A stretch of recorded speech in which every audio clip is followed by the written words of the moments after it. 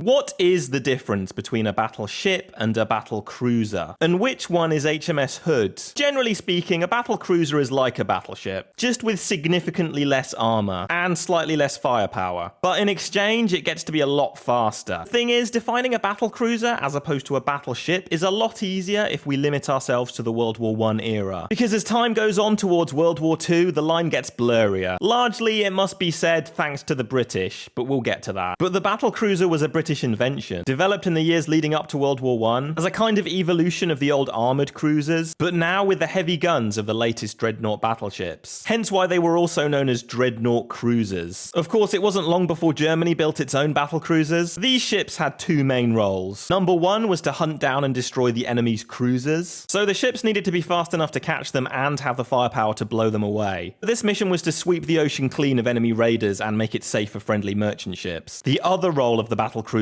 was to act in support of the main battle line, the dreadnought battleships, primarily as a heavy screening or scouting force, and again this would entail taking on the enemy's cruisers. Battlecruisers weren't supposed to go head-to-head with battleships, they were just too lightly armoured. But that didn't really matter because they were fast enough to run away. And that's the kind of classic World War I era battlecruiser as fielded by the Royal Navy and the Imperial German Navy. And also the Ottoman Empire, Japan, and Australia. HMAS Australia actually being the only big gun capital ship ever operated by the Royal Australian Navy. Make sure you drop a follow if you'd like to hear more about that ship's story.